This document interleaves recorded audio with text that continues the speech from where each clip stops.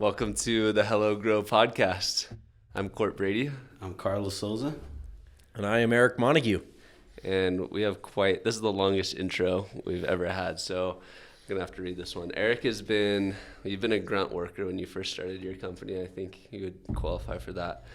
You've been a CIO, CEO, board member, multiple time founder. You have Beddy's, which is a international bed company, manufacturing of equipment that cleans coal. You have Wild Game Dog Treats. You had Executech, which is an IT support company with hundreds of employees.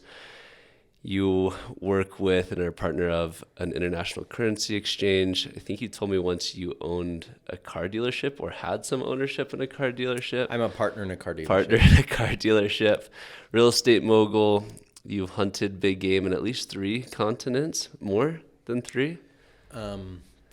5 continents. Yeah. So you're just missing polar bears. Is that it? Okay, that's next on the list. Wow. They're illegal to shoot, but maybe. Midnight operation. Probably not. You have the most contagious laugh of anybody that I've ever met. So I hope that we get to hear that a lot in the podcast. You have a beautiful wife, 4 amazing children. You are a silver beaver. To those not watching, you'll have to look up what that is. You're a falcon enthusiast. You do everything big, and you are the world's most interesting man, and should be Where did you see that written? That's all on Wikipedia. Oh, nice. Okay, great. The silver beaver? Cap. No, the world's most interesting man. No, I just came up with that. Oh, perfect. Okay. That's why after reading that list, that doesn't have to be on the list. That's just my take on your introduction. I didn't know if AI came up with that or where that, if ChatGPT. No ChatGPT. Who is Eric Montague? No ChatGPT. World's most interesting man. Yeah. So I just want to dive right in. Yeah. You started a bunch of companies, and I think one of the hardest things for me starting, or for any leader as they're creating something new, is you have these moments, and we've talked about this in other podcasts, where Elon Musk says starting a company is like chewing on glass and staring into the abyss. So let's just go right in. What are 1 or 2 of those experiences that were those chewing on glass, staring into the abyss moments as you're starting companies? Yeah, one of the hardest moments for me with Executech is I founded Executech, an IT outsource provider. I was there for 20 years. And at the 9-year mark, I grossed $1 million. And somebody told me that great accomplishment, most companies never surpass that, because it's a really good lifestyle income now you have. Most people will never be hungry to go past that. And I decided to challenge that and really try and increase sales of the organization and just blow it up. And the only way I could see doing that was hiring a high quality salesperson to help the company grow. And I found the person, recruited them, got them on board with everything, and then we had the compensation conversation.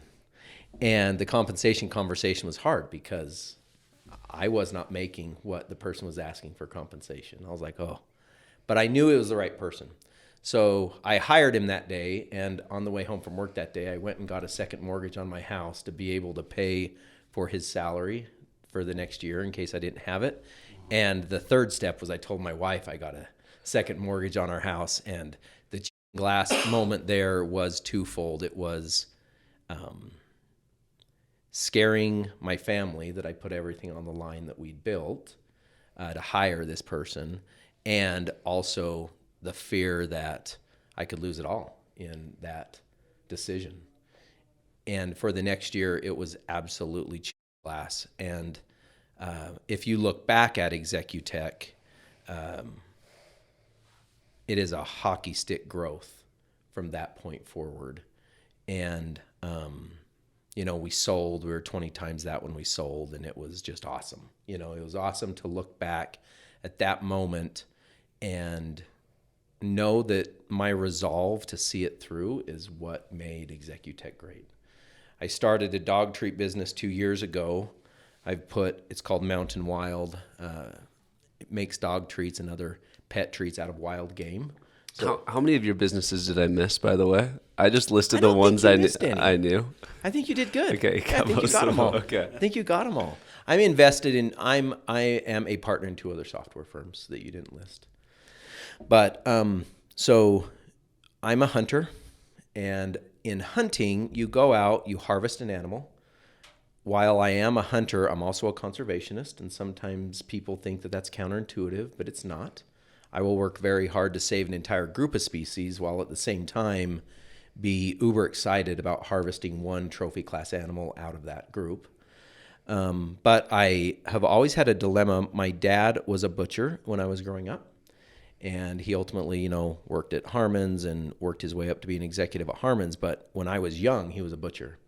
And what was hard for me is when we had kind of this garage shop butcher system. People would bring their stuff. It was kind of my dad's side hustle. And people would bring an animal, we'd butcher it. And the challenge for me ethically was when somebody brought in a cow or sheep for us to butcher, every ounce of the animal went to use. When someone brought in wild game, about half of the animal doesn't go to use. And I always had an ethical dilemma that is it moral for me to harvest an animal from the wild and allow half of its usability to end up in the landfill? And that was always a moral dilemma for me. So as a hunter and as a conservationist, I decided I wanted to solve that problem for hunters. That we have this problem. If hunters are very honest with themselves, they recognize it. And so I wanted to solve the waste that's going to the landfill from the hunting industry.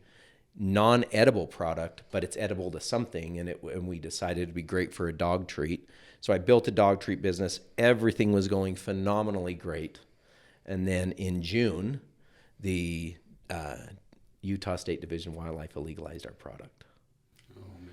And it was terribly devastating. It was just devastating. I had put well in excess of $1 million into the business. We finally, the month before the state illegalized us, was our first month in the black. So every month leading up to that was in the red, which is chewing glass on its own. Feeding a company every month while you're growing, it's very hard. And then to have it illegalized was very hard. And so one of the things is I'm a fighter. I'm not willing to go down without a fight. And so, we took on the Utah state government and used every avenue we possibly had.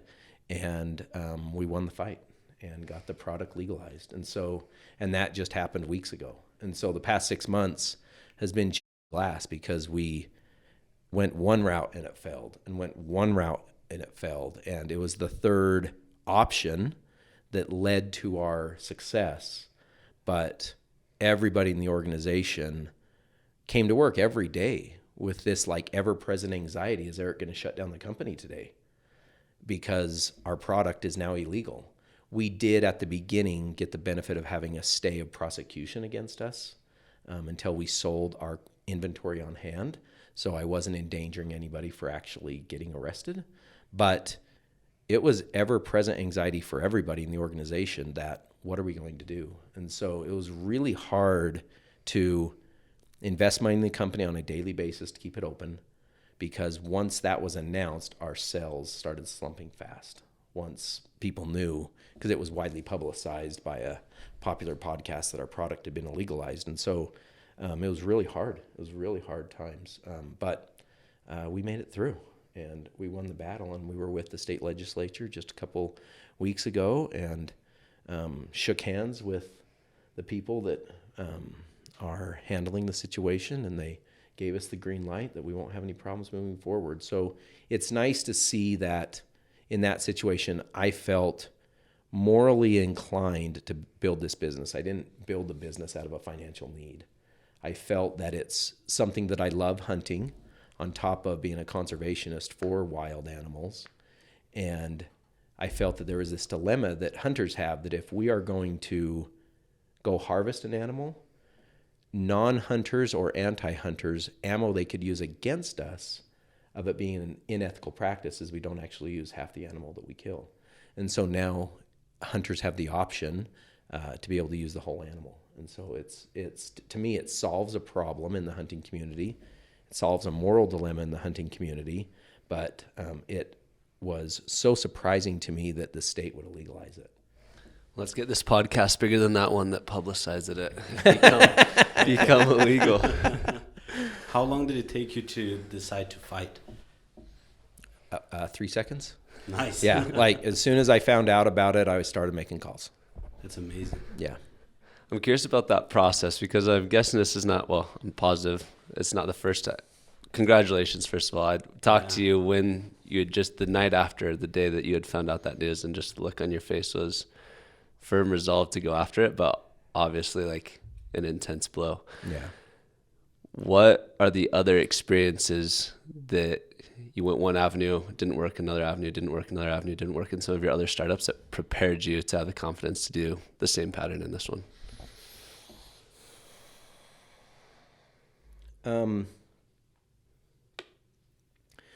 One thing that I'm not going to answer your question exactly. I'm going to answer what I think you're asking. And what I think you're asking is what gave me the resolve to stay with my gut and intuition and fight for Mountain Wild. I think that's the question you're asking. And the thing about Executech that was interesting is Executech was an IT outsource business. Everybody else in the industry did it differently than we did.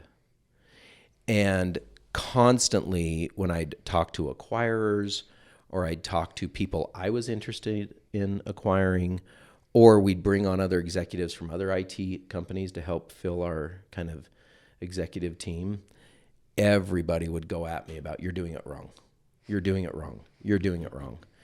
And when I sold Executech, the next of the top 10 IT companies in the Intermountain West, other than us in first place, the next 9 combined did not equal our gross revenue. And it's because we did it very different and we disagreed with everything everybody said. And it takes me back to this time when Michael Phelps was in a gold medal race. It was in one of his ladder competitions. And he was behind, he was in second place to a guy that was going to win him. And they were in the last length of the pool swimming towards it. And the guy that was winning looked to his right to see where Phelps was. And his stutter step into seeing what someone else was doing gave Phelps the edge that he beat him by like half a second in the end. And I can't remember what year Olympics that was like a decade ago. And I've always thought of that experience of, I'm never going to look to my left or right of what other people are doing. I'm going to follow my gut. And it's led me down the wrong road sometimes. Sometimes my gut's not always right. I'm not here to say my gut is always right. I'm here to say that if I believe in a solution, I'm more likely to see it through to fruition than being convinced by someone else what I should do. If I believe in it, then it's going to happen. And I think that's the definition of resolve, is knowing in my head and in my heart, this is the right thing to do, and not allowing other people to tell me not to do it. In the pet treat business recently with the showdown with the legislature, numerous people told me I was an idiot. You're throwing money away. You're not going to win this battle. It's not going to happen. Were they indifferent people, or were they people on the other side of the fence that didn't want you to win? There were very passionate people on the other side of the fence that strictly said, you will not succeed. We will not allow. There were people that told me that were people that could enforce the law who said, you will not succeed in this. We will not let you commercialize wild game. It's not going to happen. And I said, I'm not commercializing wild game. I'm commercializing the inedible byproduct of legally harvested animals that you're throwing into the dumpster. That's not going anywhere else except to the landfill. And it's disrespectful to the animal we harvested to do that. And so I'm going to fight you, and I'm going to win. And did you drop the mic or flex on him after the I didn't. legislation passed? I didn't. Have you called him up afterwards? No, it was a hard situation. We went to a hearing about it on Capitol Hill, the state Capitol Hill. And after the hearing, I went up to the gentleman. I won't name his name for the respect of him, but I went up to him and I shook his hand and I said, "We're friends. I'll fight together with anything you need. I'm part of the conservationist community in Utah. I sit on the board of a large conservation organization." I said, "I will still link arm in arm with you to conserve wild game. Just because we had a bitter fight here, it doesn't mean I'm not your friend in other areas." I wanted to jump up and down. To celebrate. What I've told my kids is, as a joke, this is a joke.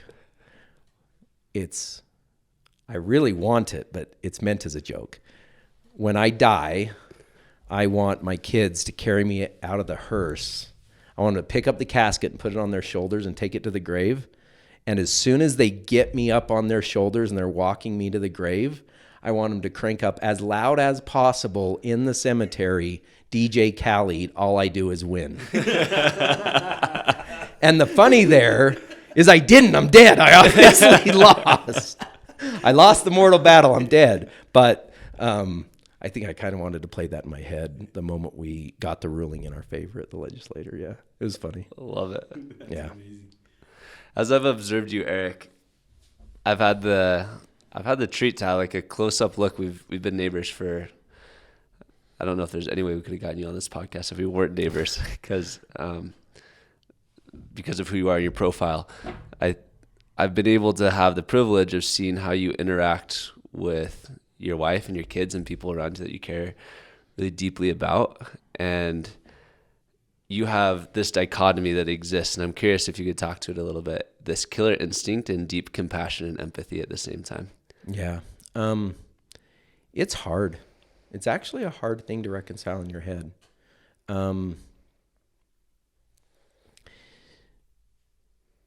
My goal, and I would say this primarily pertains to Executech and primarily attains to Mountain Wild as I grow that team. I'm not as involved operationally with other businesses. I'm deeply involved operationally with Mountain Wild, and I was deeply involved with Executech. My goal when I work with people like my why is bringing others with me in success.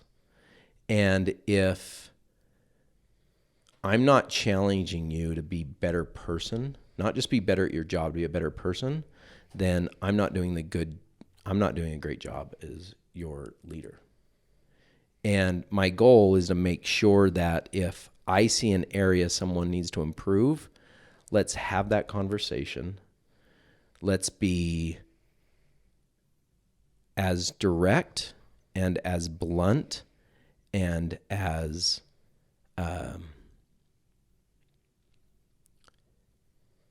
almost cold-hearted as possible needed to tell somebody where something needs to change. But then the moment you do it, you embrace them with love and you give them help and tell them you'll be with them every step of the way through the process of learning. And I think it's really important you always do that in private. You never do that in public. And my experience has been that shows people you're compassionate, but you have an extremely high expectation for yourself and them. And I think the only way you can do that with people is if they see you doing the same. You really have to be one of the hardest workers in the business, or you have to be the person living whatever value you're trying to teach the most so that they want to follow you into that firefight. So you have that on one side. Is that how the interactions are with your kids and your wife? And I mean that specifically about delivering extremely hard feedback. You told me once that I needed to cut my people so sharply that there was no ambiguity in any feedback that I was getting. It was amazing. I asked you, what do I need to do to go from a $1 million CEO to a $10 million CEO? And that was your advice. And it served me very well. that advice has not served me well in relationships with spouse or kids or parents or in-laws. So could you talk to that side about it a little bit? Yeah. My comments I made a minute ago were all about business relationships. When it comes to, I think I'll focus my comments on raising children. When it comes to raising children and showing them compassion, yet expecting really top performance out of them, it all is about an immense amount of time with them and choosing the right moment to bring up something that they need to improve on. Because, for example, with one of my children, I decided I need to have a really crucial conversation with him. And it was very, very important. I knew something about him that had to change. He didn't know I knew, but I knew something about him that had to change. It took 6 months for me to be able to have that conversation with him. And it was really hard, really, really hard for me to watch him continue to make that mistake, damaging his own self in that time, doing what he was doing. But the opportunity was never there. The atmosphere was never there to bring it up. But in terms of time, we ended up being on a vacation together, and I hadn't planned on this vacation being the silver bullet to be able to bring up what I wanted to bring up. But it ended up being on that vacation that somehow the stars aligned, that the moment was right. And I brought it up, and we both look back at that time as a very formative and growing time for him. That he, one, knew I knew, but it was brought up in an atmosphere where we're having so much fun and love together that it was an okay time to bring it up. And then with employees, you're right. Cutting employees day by day with a dull knife to a year-long death at an organization is the worst way to do. Death by 1,000 cuts is terrible. Cut sharply, quickly, and then help them through it. With kids, how I've seen it different with kids than with people you work with in business is then just holding them accountable to it. Having them make a promise of what needs to be done, literally making them promise, and then holding them accountable constantly to that promise. And it helps them get where they need to be. With my wife, I'm a 3 married to 11, so I never bring up anything with her. I don't have the right to. I am so much lower than her on the social ladder that I'm just not going to. So you just treat her like a queen because that's I see that, yeah. That's very smart. Do you create the environment? For example, you're mentioning that the stars aligned and you didn't plan for that moment. If that moment hadn't come naturally like that, would you have created the moment? I think one thing that's really important in that comment is I had tried to create it 3 times and it didn't come out. Interesting. Whatever reason. Something happens, there's a road rage, or my son in one instance got a terrible phone call from a girl that he'd been dating, and so, oh great, this whole weekend I built shot. I can't bring up this now, and so it was interesting that what I ended up having the opportunity to talk to him about, I hadn't planned on talking to him about it while we were there. I intentionally didn't want to because I wanted it just to be a fun trip, and so that I hoped would build towards something later, but it ended up working out perfectly. So in those environments, would you recommend to wait for the right moment instead of create? For sure. Mm-hmm. Yeah, for sure. Because I'm sitting here and like I've been waiting to have this conversation with someone really, really close to me in my family, and I've tried to create a same, but I asked there was a very selfish question because I'm going through the same thing with my mom actually, and it's so helpful to hear that though. Yeah, it's really hard. I had to have an extremely tough conversation with my dad one time, and that is different than with kids, because no matter what, no matter how old you are, there is a power imbalance between parents and kids. Doesn't matter if you're 50 and 30 or 5 and 25. There's a power imbalance where as a child you psychologically in your head give deference to them. And so I would say it is a little different with a parent-child relationship where the child can be way more blunt and direct with the parent than you are parent to child. Yeah. Because if somebody, and I'm not speaking to your exact issue, but if someone has an issue with a parent, inherently you are at a power disadvantage because they have psychological, you do give them psychological deference. Even if it's the worst person in the world, there's something there. And so you do have the ability to have a tougher conversation, child to a parent, than you do parent to child, where you can be more blunt and direct. Yeah, that is so good though. Yeah. You use the word intentional. I think I've described you before telling you this, that you're the most intentional person that I know.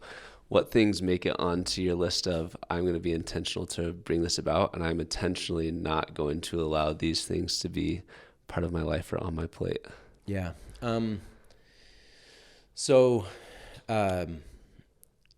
The thing that I'm most intentional about is being home by 5:00. That's the thing I'm most intentional about in my life.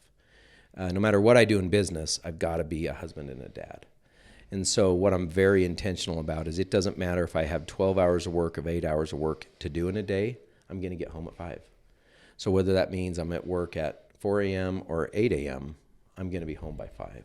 So I'm very intentional about always making sure I'm home by 5. I'm also very intentional about allowing people to grow and not micromanaging them. So I'm very intentional about setting expectations with people. And this is back to business. I'm very intentional about saying, I need you to clearly understand my expectations of you. And then have a conversation, and intentionally at the end of the conversation, all right, Court, can you restate to me what my expectations are of you? So that I know the person heard it. And then I will very intentionally, even when I want to correct behavior or tell them, I got a better idea for you, or something else will do this better. I intentionally intentionally manage by expectation, not by method. So I'm going to let you use your own methods how to do it. I'm not going to micromanage your methods, but the expectations are set and firm. Did that answer your question? Yeah, it did. On the flip side, are there any things that I have a follow-up question. Were you always home at 5 since the start of Executech? Has that always been something? No. So, how old was I when I had my first kid? Executech was probably 4 years old when we had our first child. And it was probably a year. Our child was probably 2 or 3 years old, our first child, and maybe we'd had another one by then, where I had been working all day, every day. I'd be home at 5, but if the family's watching Pirates of the Caribbean, I'm sitting next to them with the laptop working, right? And you're not home. You may physically be home, but you're not home. So there were moments where I really started realizing I've got to be in their lives young and be present, and I'm not being present right now. And so that's when I started, okay, tomorrow I'm going to get to work at 6. Okay, tomorrow I'm getting to work at 5. And then a couple of years later, the company grew to where for the last 6 or 7 years of the business, I got up at 2 and I was in the office at 3 every day. 2 in the morning. 2 a.m. What time did you go to sleep? Yeah, 10. I know. You're looking at me incredulous. I don't know how I did it. Because now that I've sold Executech and I don't have to have that type of rigor in my life, like I can't get by on anything less than 8 hours sleep. But I could then. But the alternative to that is you have to choose either your family or your business. And because you did that, you get to have both. Yeah. It's a big sacrifice. Yeah. It worked, though. Yeah, that's the definition of being intentional. Yeah. Yeah, that's amazing. Yeah. All right. This is a specifically written question. If you wake up with 0 income, 0 assets, you just have your house, your car, your clothes, and you need to make $1 million in annual cash flow, What do? You can't sell your house, can't sell your car. Are you saying today, Eric Montague, as I sit here today, or before I had all this experience? You could do either one, whatever you like. Yeah.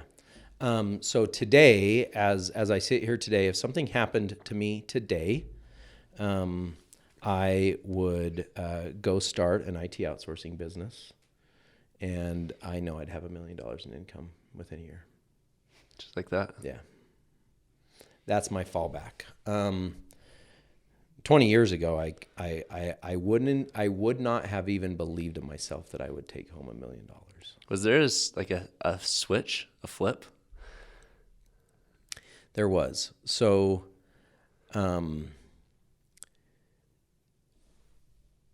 remember Natalie and I were shopping, and I think we had like 2 kids maybe.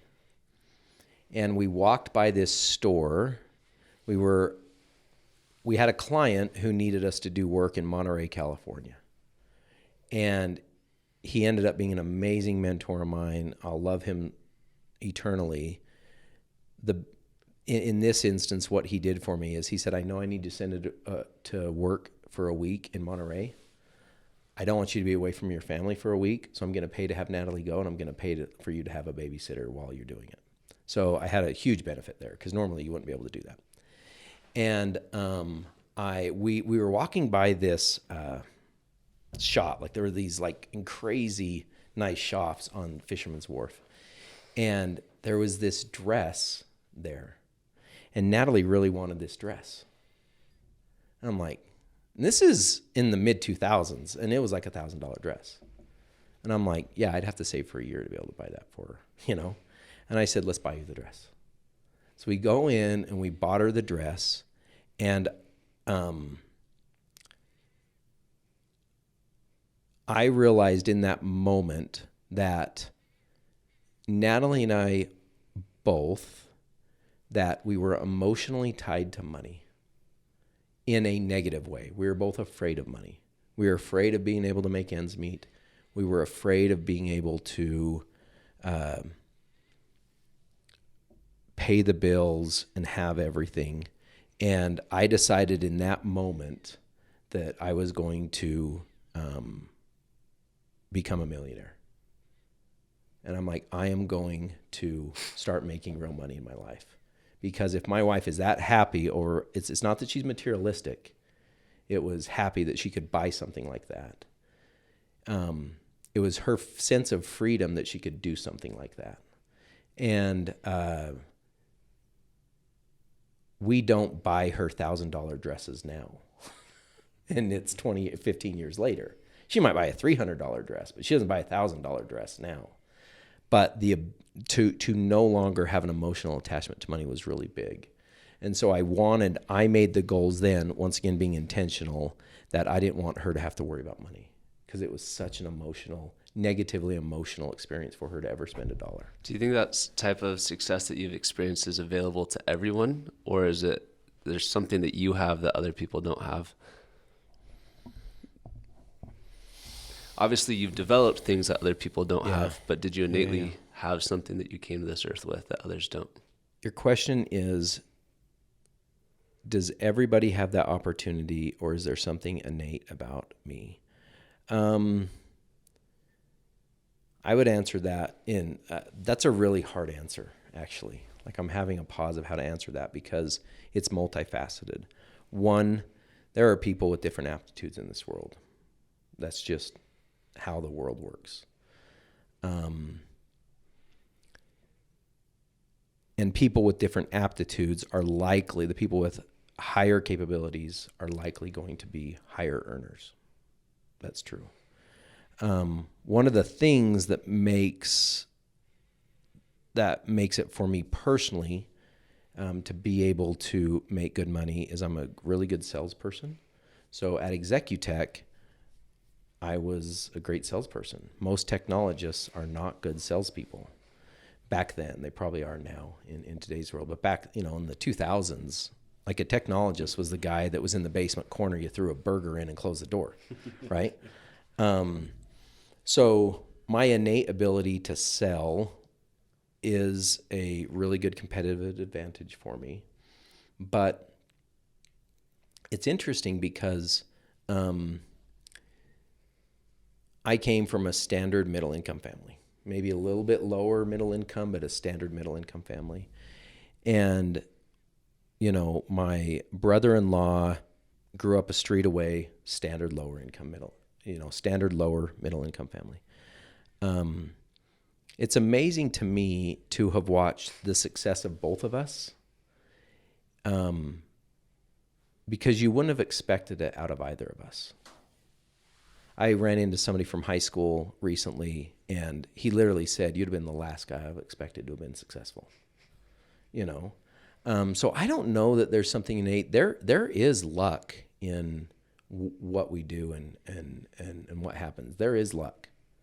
I consider it personally being blessed. We can use a more mundane word like luck, but there is a component of luck in it. And I do think that everybody can work very hard and become successful financially. I think it would be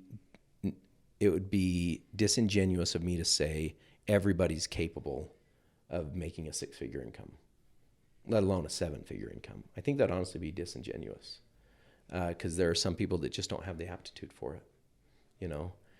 And there's a lot of seats on the bus for different players, and we have to have all the seats filled.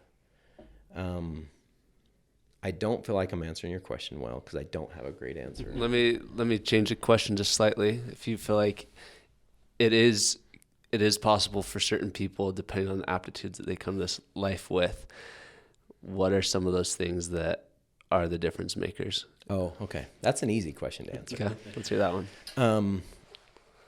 So when I hired people at Executech, I always said, I hire for personal skills. I don't hire for technical skills. And that was one thing I did that was different at Executech than other IT companies. Because you could have somebody come in and has a great resume and really knows how to do everything technologically. But if they didn't have personal skills, I wouldn't hire them. Because we had an amazing training program for the technical side. And I always said, you can train technical skills. You can train all of these operational things. You cannot train personality. People either have personality or they don't. And so I hired on personality. I did one of the most fascinating, to me, the results were the most fascinating at Executech one time. So I had a friend who, his business, he was the CMO at an organization, and he had a master's degree in communication, and all of a sudden, his company went bankrupt one day. And his company was based out of somewhere in Europe, I can't remember where. And so he really hadn't built up a strong network in the US or even in Utah.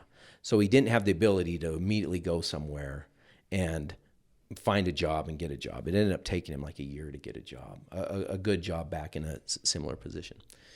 And during that time, he worked for me as just a technician. Didn't know a thing about computers, really. I mean, as much as any average person that can run Excel.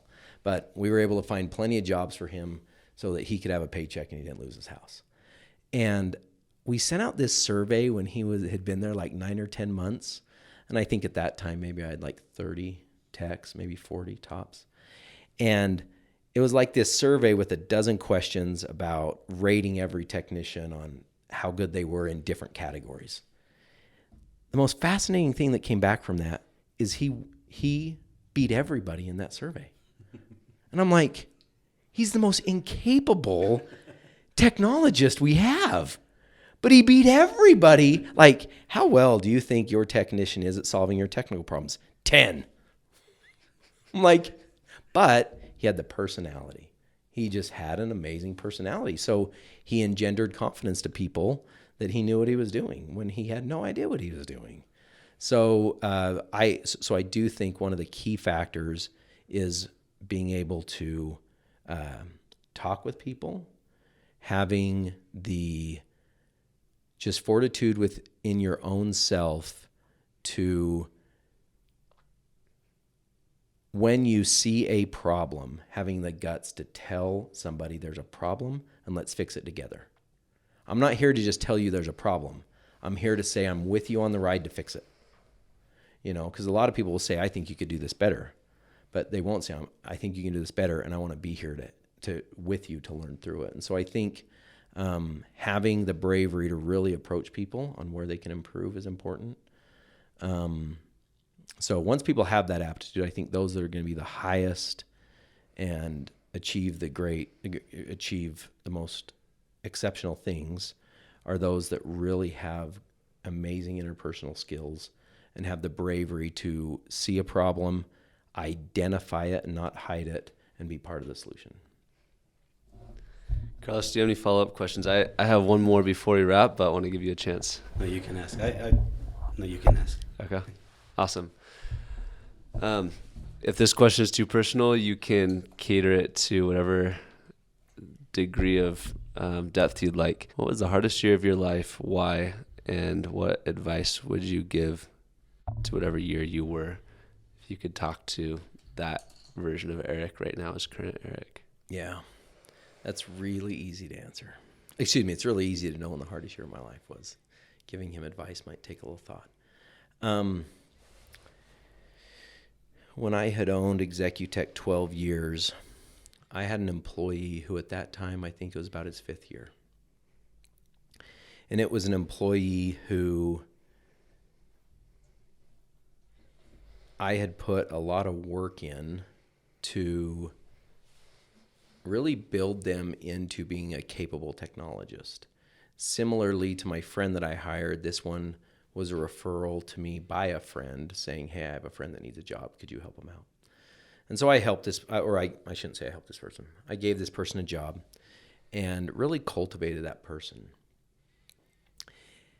Of the experience I'm going to talk about at that time, he was our most tenured employee at that time. And Executech was at the stage where if I was in that hockey stick growth that I talked about earlier, where at this point we're probably maybe 2 years into that or so. And I saw, man, I need a bunch of other people really capable to help me in this business. I can't run it where I am at least equal to or the smartest guy in the room. Like I have to not be the smartest guy in the room. If I'm the smartest guy in the room forever at this company, that's a problem. I'm not saying I was. I'm not trying to be super prideful in that comment. I'm just saying I knew that I was one of the top, and I'm like, I need people smarter than me to help run this organization. Over the next year or so, I hired a few people that were that really could challenge me in a room and who weren't the smartest or were smarter than me and were better at me at whatever job they were doing.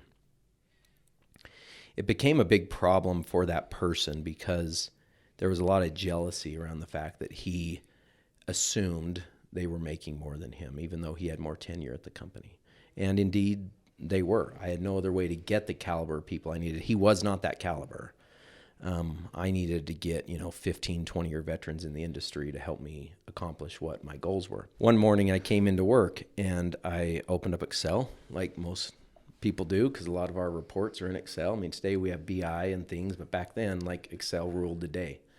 And I go to open a document, and in my recent opened lists are a bunch of HR documents, salaries, hiring calculations, because I always kind of had some hiring calculations that I would use of how to pay somebody. That would let me know, how do I pay for this person? Like, what am I going to have to charge? Blah, blah, blah. I'm like, I haven't opened up those documents in a long time. Really long time. So the building we were at had cameras, and unfortunately, the camera that they had showed someone entering the building in the evening, but they had on a hoodie, and I couldn't tell who it was. But there was a small shock of hair sticking out of the hoodie. Like, I think I know who that is. So I approached this person and I said, hey man, I think this is what you've done. And I think you somehow broke into my office and figured out my password and got on my computer. And, super confrontational. I would never do that, blah, blah, blah, blah, blah. Goes home. Next morning, I'm at the office early, and it's like 6:30 a.m., and he and his wife show up at the office. And he said, "Hey, can I talk to you?" And I said, "Yeah."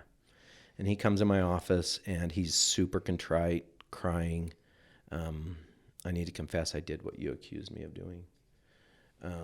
And I'll do whatever it takes to make penance and keep my job." And I chose to believe his story and